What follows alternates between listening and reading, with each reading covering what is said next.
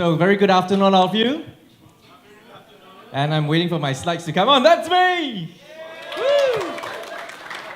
So, I've been a professional speaker for 19 years. I've been on TV, I've been on radio, I've been on newspaper. Have any of you heard of me before this convention? No. Wow, very loudly he says no. It's okay, I'm deeply hurt, but anyway.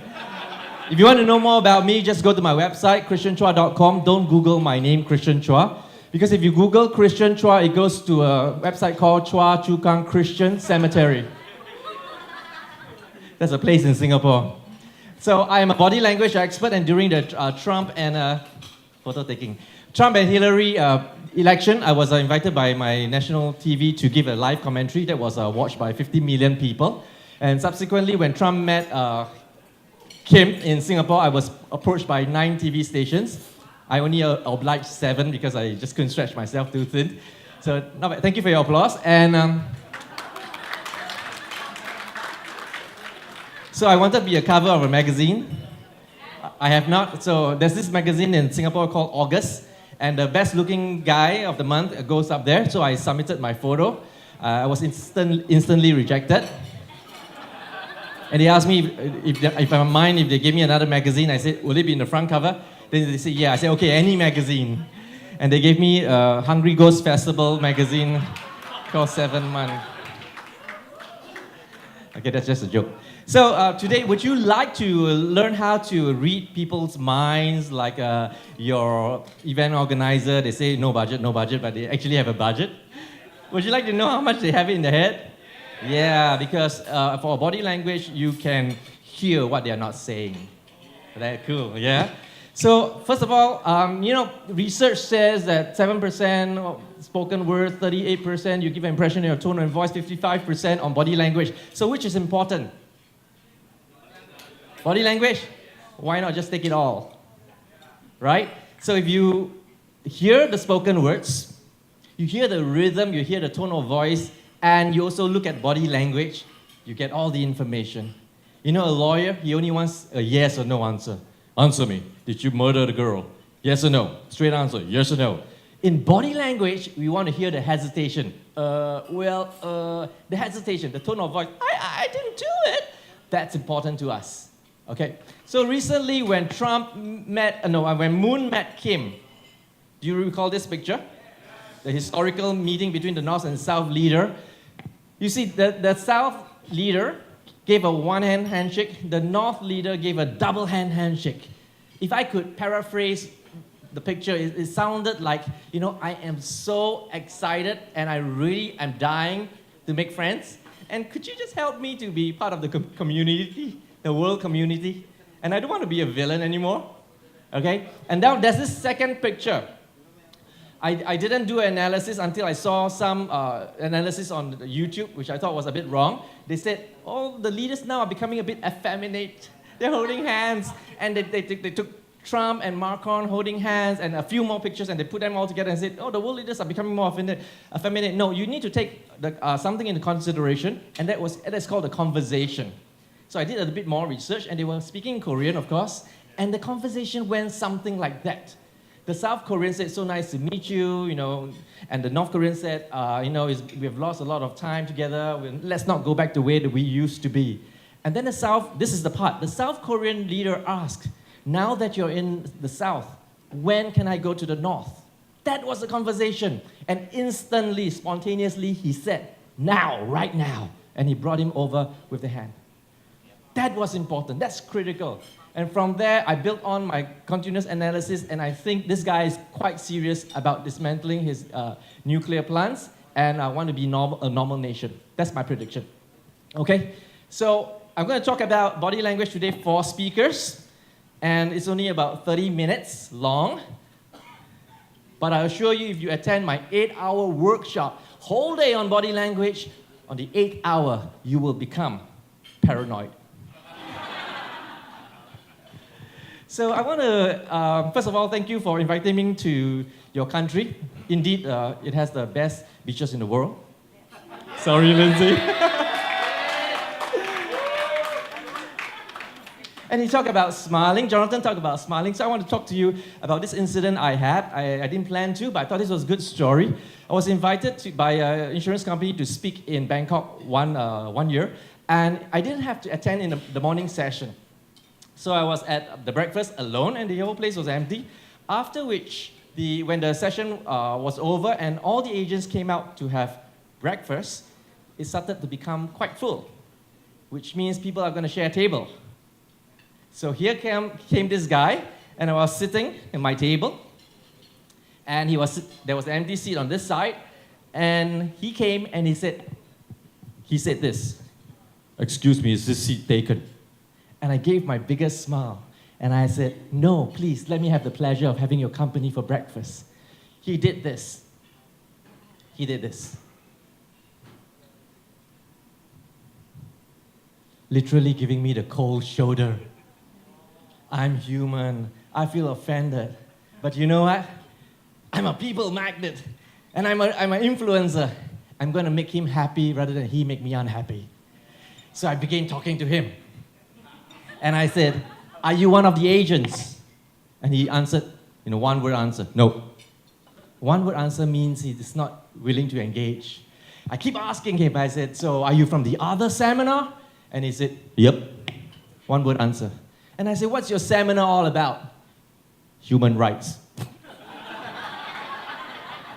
Human rights? And he behaved like that. Okay, doesn't matter. Then I asked him, "So where are you from?" He said, "I'm from Nepal." Oh, Nepal. That gives me a secret weapon. I took out my phone, went to Google Translate, and I click in, "What is your name?" English to Nepali. And it went something like that. "Timro Nama Teho." He looked at me and he flipped his chair and he said, "You know how to speak Nepali?" Then I said, "I do now." He said, "Let me have a look at that."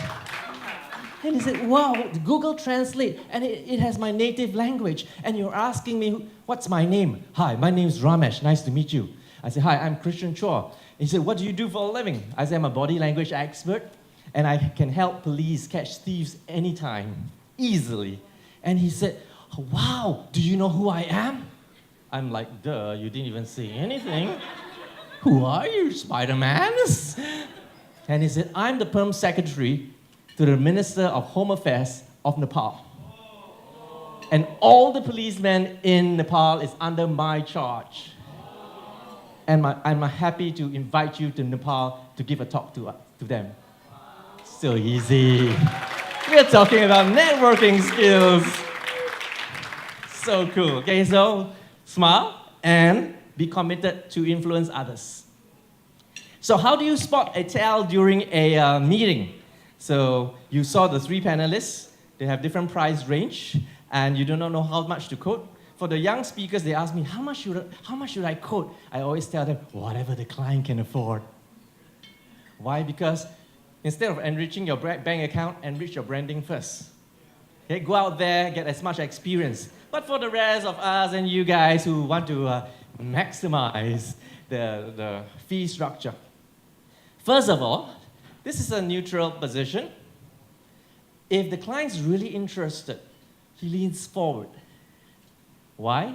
Just like, during dinner when you gossip and you say, "Hey, do you know what happened to Mary and the husband? What happened? What happened?" Everybody want to not miss anything. So in the same way, they lean forward when they are interested and they want to hear every single detail about what you're saying. Got that so far? Then, that's a positive language. This is a neutral position, which is probably what they start off with. This is evaluating. The good news is you haven't lost the job. The bad news is you haven't won the job. The third point, crossing the arms, giving a negative look. This is bad news. You're beginning to lose the job. I'll come back to all these and explain how you apply them. And this is, you're done. He have finished listening to you. Okay? I'm done listening to you. So how does that work? We probably start off with a neutral position. And if you speak on and you seem to be the right speaker, the suitable speaker, the client starts to lean forward to listen more, ask more questions, launching forward. Partway through, you see the client move from positive to evaluating. Do not continue.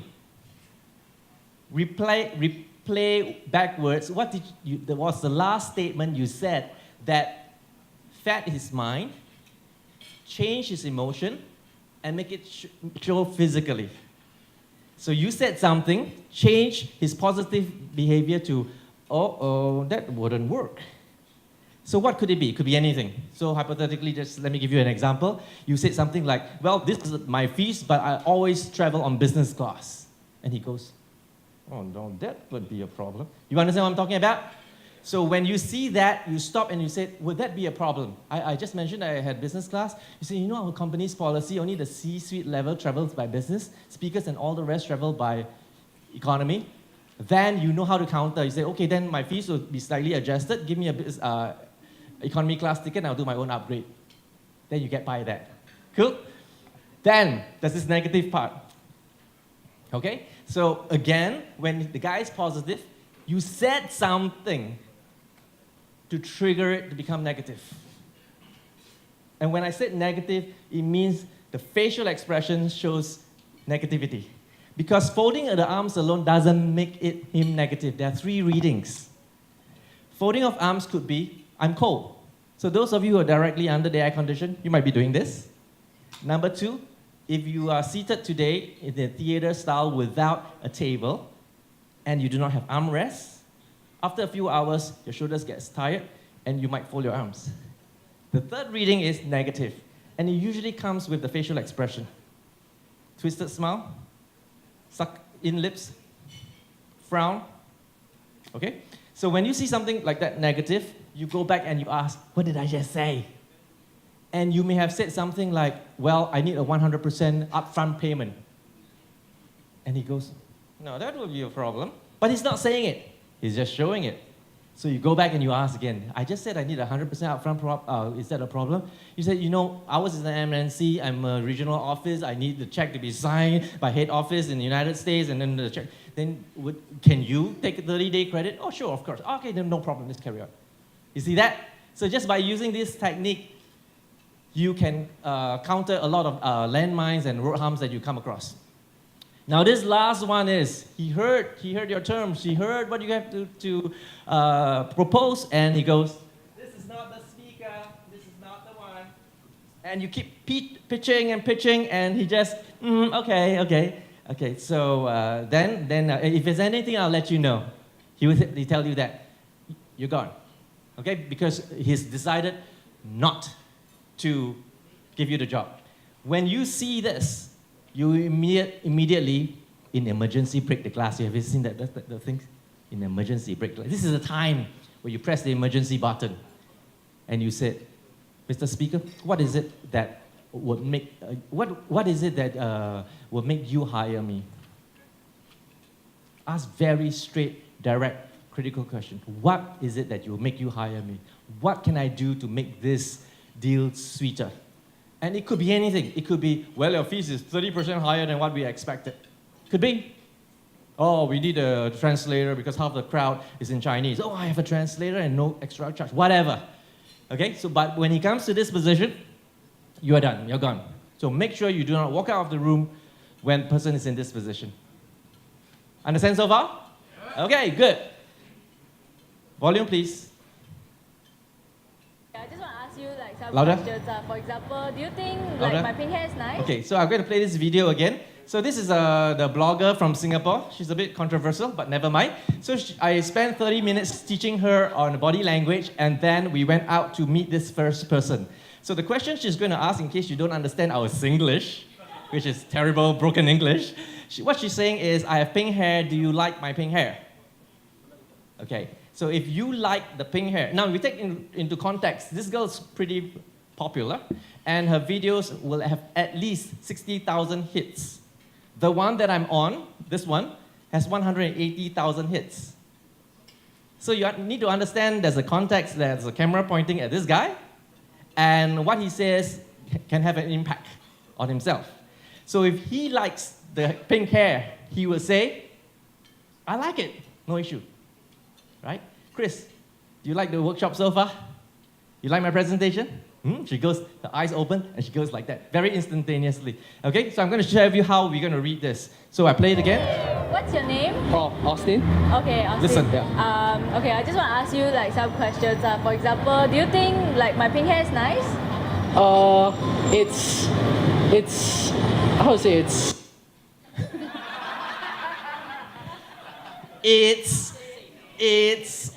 how to say, don't say, we know already.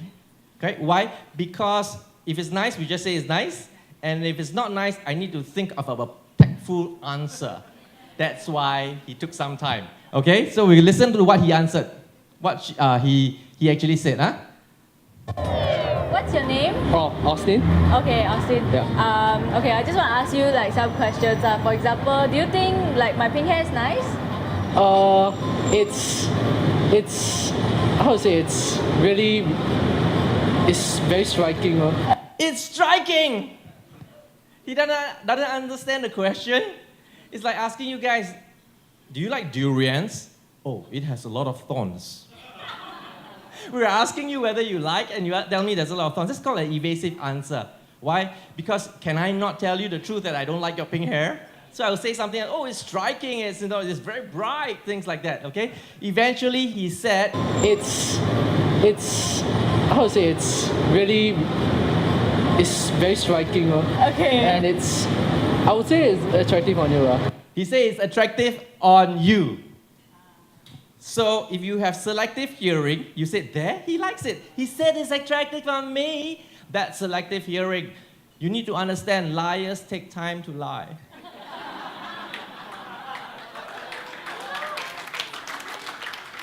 So if I invite one of you to my house, and I'm a lousy cook, but I'll cook for you anyway, and after I serve the meal, I'm so excited, and I say, ma'am, do you like my cooking? You say, it has a unique taste. I think it's fabulous. After a while, you realize it's better to tell a little white lie. And do you realize he used the word it's? It's is a distancing language. If you use I, it's more committed. How do you like the program so far? It's all right. How do you like the workshop so far? I love it. And you see words, exaggerated, expressive words like adorable, it's resplendent, it's awesome, it's fabulous. Big words are very committal words. If you use words like it's okay, it's not bad, it's lukewarm. So you guys, if you want to know the feedback in your workshop, you just ask the question, how do you like my workshop so far? That's okay, or that's bad. That's actually quite bad, okay? And he said it's attractive on you. So it's how many of you do you recall the days when you were in school and you got a call from the teacher, your mom got a call from the teacher? Hello, Miss Miranda. Your daughter was caught cheating in school today. She's so angry, she goes to your dad and says, your daughter, not she gave birth, but the father gave birth. Your daughter was caught cheating in school. But if the call came in and said, ma'am, your daughter came in first in school. But before we let the results out officially, we thought we'd let you know. You're so happy, you said, my daughter! You tell the whole village mine. You see the difference? Just by the choice of words. And that's what we mean by words do play an important role. And some of my advanced lessons I teach even on the phone. We read body language on the phone. Actually, we are actually doing speech analysis. The choice of words that people use, I would know. Okay? So there's one, okay, I'll come to that in a moment. Do you think I am like a midget, like I'm very short? Not. You see that? What was that? When you want to ask a question, which I'm going to teach you how to do it later, when you want to ask a question, make sure it's clean and direct. Do you like short girls? Do you think I'm attractive being a short girl? You do not use words like, do I look like a midget? Because you saw his eyes going up. What was he imagining? Midgets running up and down. And then the moment he imagines that, his face cramps. Like, oh, okay? Watch this. Do you think I am like a midget, like I'm very short? Look. Not really. I think I've seen shorter people around. so- Where? Do you find short girls attractive? Okay? Where? Up there. He's looking at midgets, okay? Do you find short girls attractive? I'm sorry, I will play this again because I don't have the laptop with me. Normally I'll stop and go, but because laptop is with AV. Do you think I am like a midget, like I'm very short? Not really. I think I've seen shorter people around. So Do you find short girls attractive? I find them pretty adorable. Okay. I find them adorable. You see the difference? The first question was, it's all right, it's okay, your pink hair's okay. I find them adorable. So you see clues like these, then you know how sincere they are. But if you're not convinced, you turn the question and you ask, do you prefer taller girls? And you see a different reaction. I prefer shorter girls. Okay. Okay? When you ask, do you prefer taller girls? He had this face. The moment he think of taller girls, he went to do this. Okay? Because body language is information that's fed into the head. Triggers an emotion. The emotion is personified by the facial expression, the words, and the body movements. Okay so far? Okay. So, what do we do as speakers? When we are doing a pitching, at the end of it, they will say something, okay, thank you, we'll consider. If you want to know whether that's a hot lead or a cold lead, you need to ask a direct question. Are you likely to hire me? And they are not expecting that. You see that?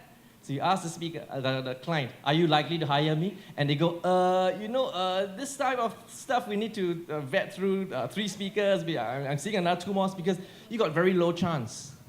Because I've been through so many of these meetings, and if they're really interested, I ask them, are you likely to hire me? And they said, everything looks really good. No, I just need my boss to have approval, and we're good to go. That sounds like it's a done deal, doesn't it? And sometimes they trigger and say, no, since you asked me, I think we'll just confirm it right now that you'll be our speaker. And she tells the secretary, can you cancel the other 2 appointments? Isn't that nice? So when you ask such question, are you likely to hire me? You get an instant response. And you know how much you want to chase for that event.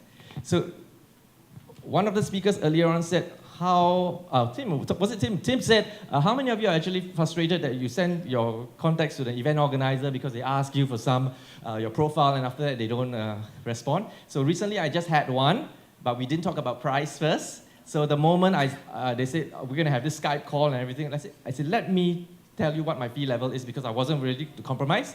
So the moment I gave the fee level, and we're supposed to have a Skype call the next day, it didn't come in. So on Saturday, I said, did you call me? Because I didn't receive that call. And the response I received this morning, I'm sorry, we were still looking into your fee range, and we are discussing about it. That's gone cold. That's below the fee range. Okay? So, when your client asks you your fee range, this is what you do. You look at him in the eye, you tell him the fee range. It's $5,000 a day. Is that okay with you? Direct. The guy is so shocked that you're asking him, he will either say, that's too high. Okay, I'm going to share with you. My fee is $5,000. Is that all right for you? He will look something like that. What? I wasn't expecting that. That's high. That's what he's thinking in his head. If he says it, it's very easy for you. If he doesn't say it, this is what he's saying. That's too high. Way too high. Okay? If he says something like,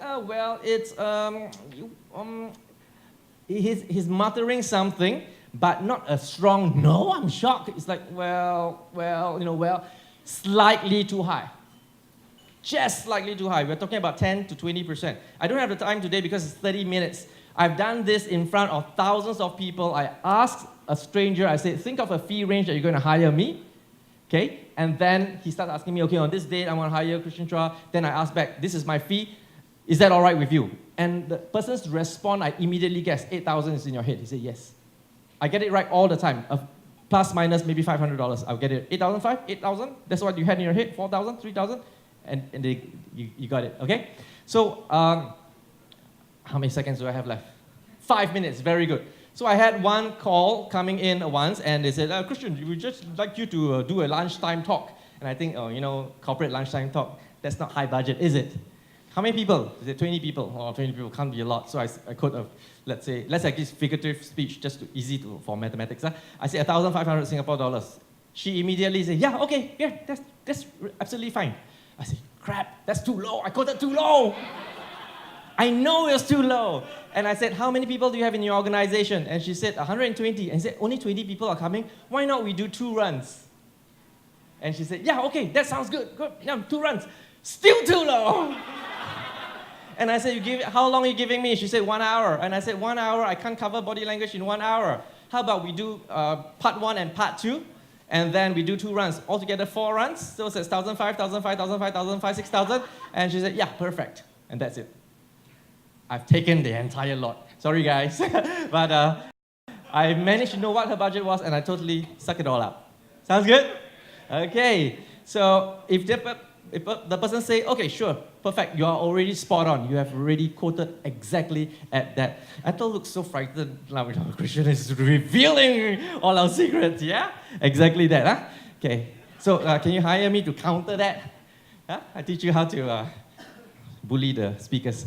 Okay, so any kind of rubbing, facial touching, when you ask that question, it's a sign of nervousness. Now I'm on stage, you are not on stage. If I bring you on stage, you start doing all these kind of things.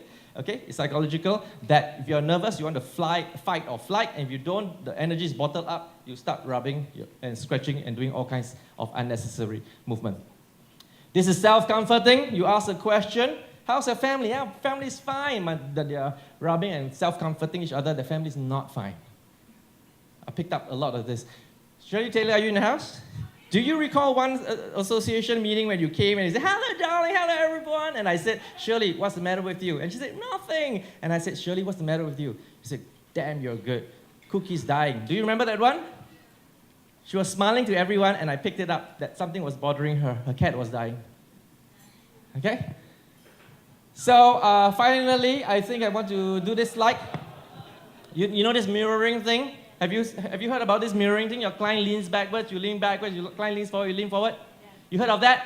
Everyone heard of that, so stop using that.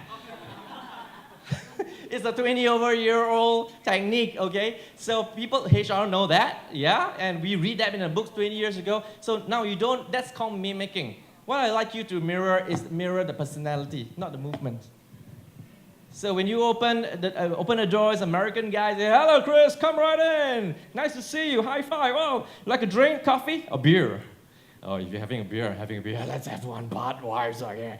So that's mimicking, mirroring. If you open the door, it's a demure Japanese lady. Hello, Chris-san, please come in. Would you like a drink? A tea, Japanese tea, ocha? No, I would like a beer. That is not mirroring. So you mirror the personality, not so much the actions. Okay?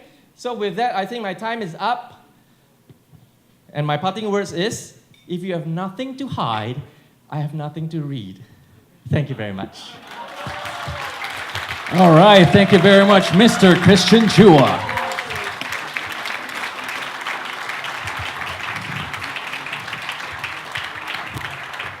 And at this point, we will be resuming with our next speaker in 1 minute.